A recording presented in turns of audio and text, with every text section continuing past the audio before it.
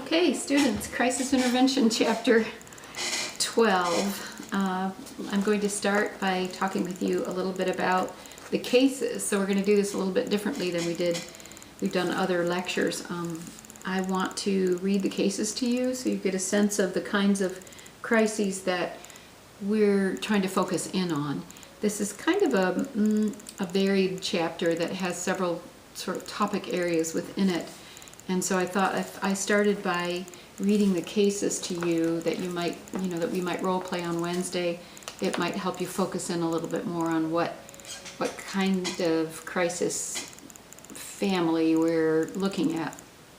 So I'm on page 267 if you'd like to follow along. And case 1 that we will be practicing is this. A man is in a wheelchair because his legs were paralyzed in a surfboard accident a year ago. He comes to you because he is lonely. Last weekend at a party, he talked with a woman that he had met once before prior to his accident. He wants to date her, but he's afraid she will not want to date him because of his disability.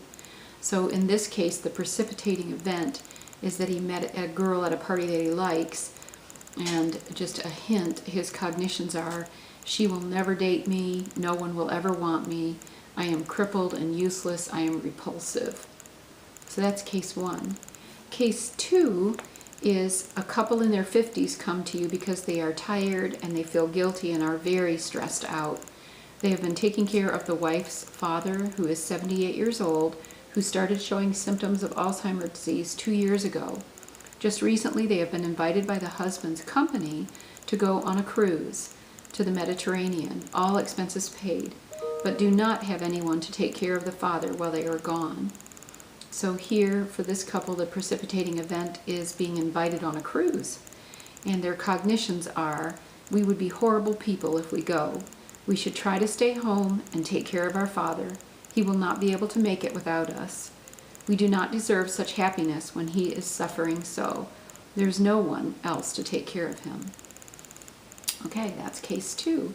And then case 3, you could choose to work with, I think probably on Wednesday we'll just be practicing cases 1 and 2, but case 3 is a hearing impaired college student comes to you and complains that his professors will not allow him to have a note taker in class due to distractions of other students. This client is motivated to learn accounting and believes he can do the job as well as anybody else. Last week he got a C on an exam because he was unable to accurately take notes from the lectures. He is feeling sad and worried about flunking out. He is telling himself he is stupid and not as good as other students due to his hearing problem. He does not like to be thought of as disabled. So this third case I think is kind of odd. It's not an unusual case for someone who has hearing impairment or other kinds of impairments to have difficulty in college classrooms. But I think it's actually against the law for a student who has documented disability to not be able to have an accommodation in the classroom.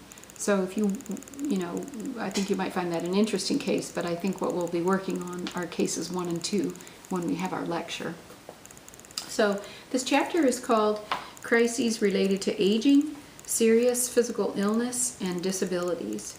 And it's not a very long chapter, but I think it does have some interesting aspects to it that are helpful for you in this last little bit of thinking about certain kinds of crises to help clients with. So it does, as I have mentioned to you, cover Alzheimer's and also some other kinds of health crises. And what I think the author wants us to be studying and thinking about is how do we help people with these crises that they have that are related to their health. So, gosh, we've gone over so many different crises in the class so far, haven't we?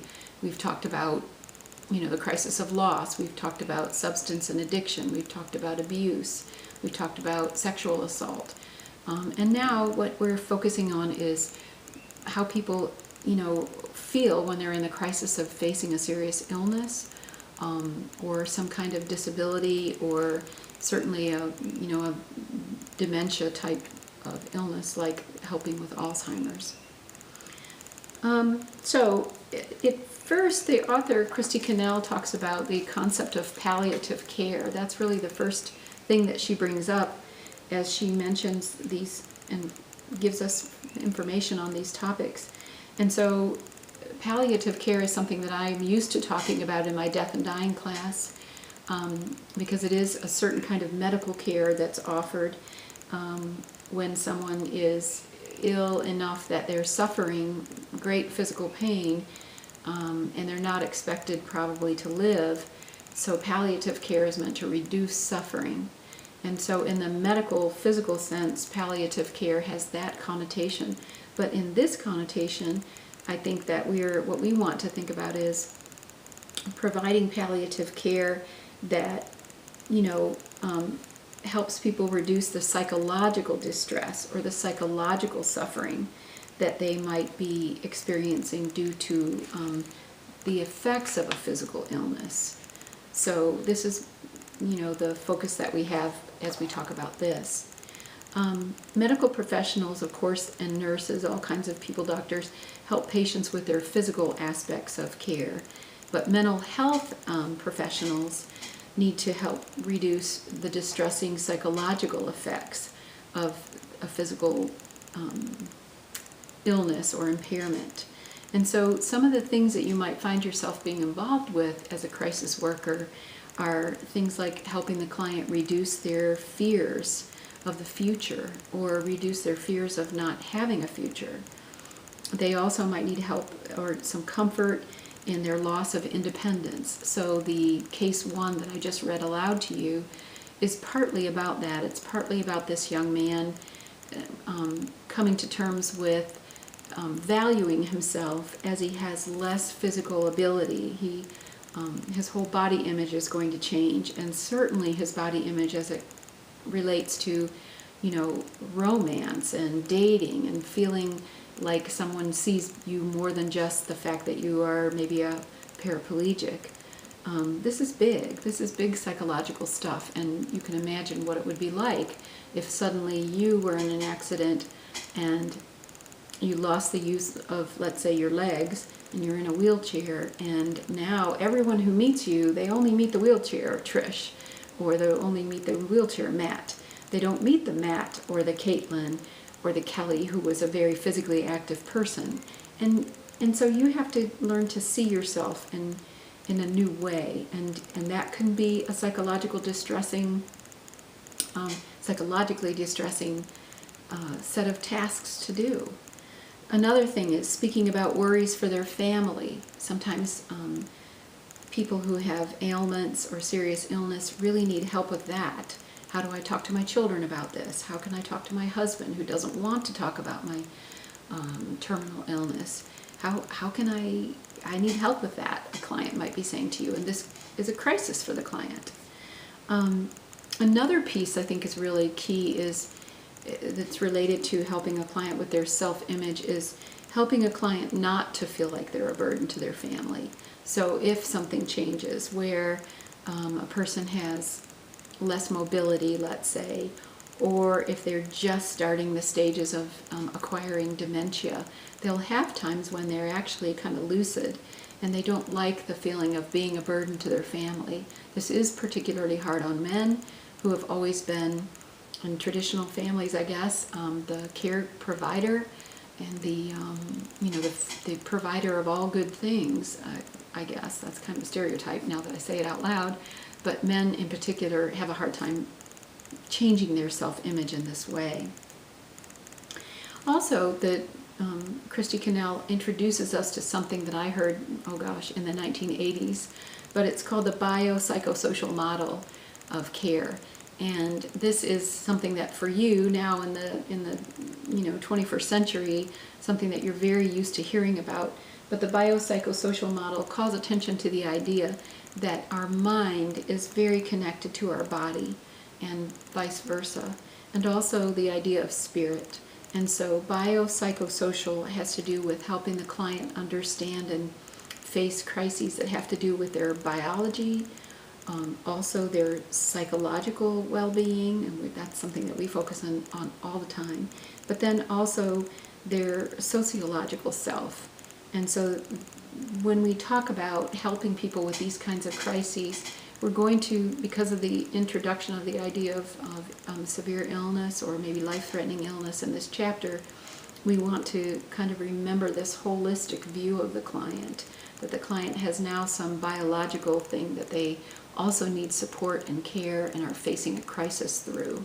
So that's a good set of ideas for us to pay attention to.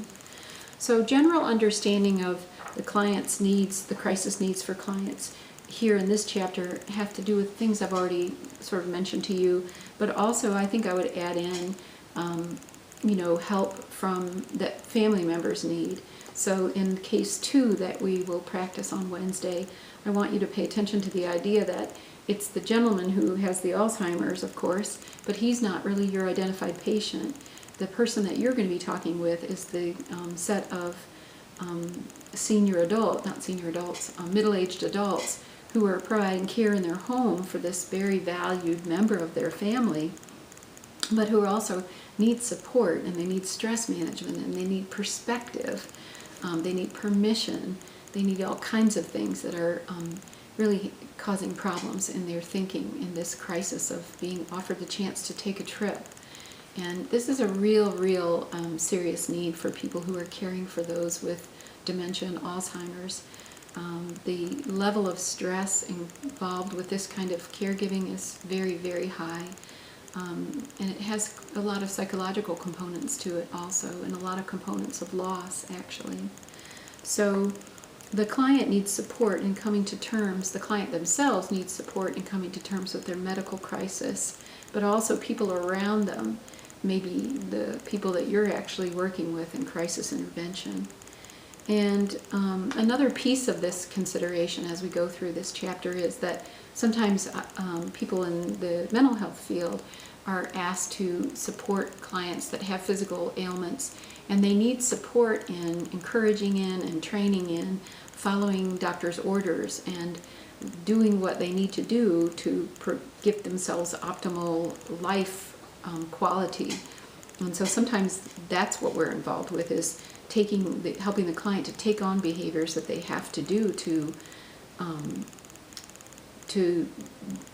alleviate some of their suffering and actually produce better health and better quality of life. So I hope that you find this to be an interesting chapter. I think it is. And we'll be discussing most closely the 2 cases that I read aloud to you, cases 1 and case 2.